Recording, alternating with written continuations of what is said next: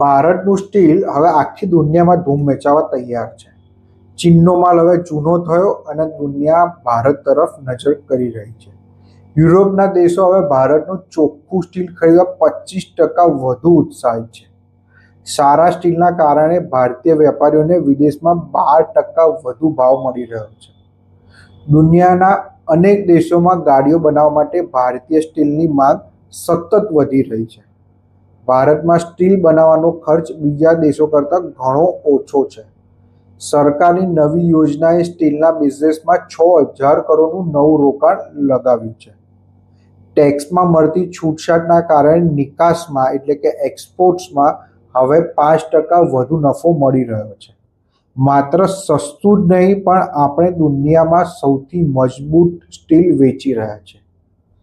વિદેશી કંપનીઓ હવે ચીનને છોડીને ભારત સાથે હાથ મિલાવવા માટે તૈયાર છે.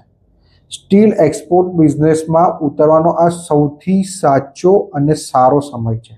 જો તમારે સ્ટીલ એક્સપોર્ટ્સ કરવા માટેનો કમ્પ્લીટ રોડ મેપ જોઈતી હોય તો કમેન્ટ કરો સ્ટીલ એક્સપોર્ટ્સ.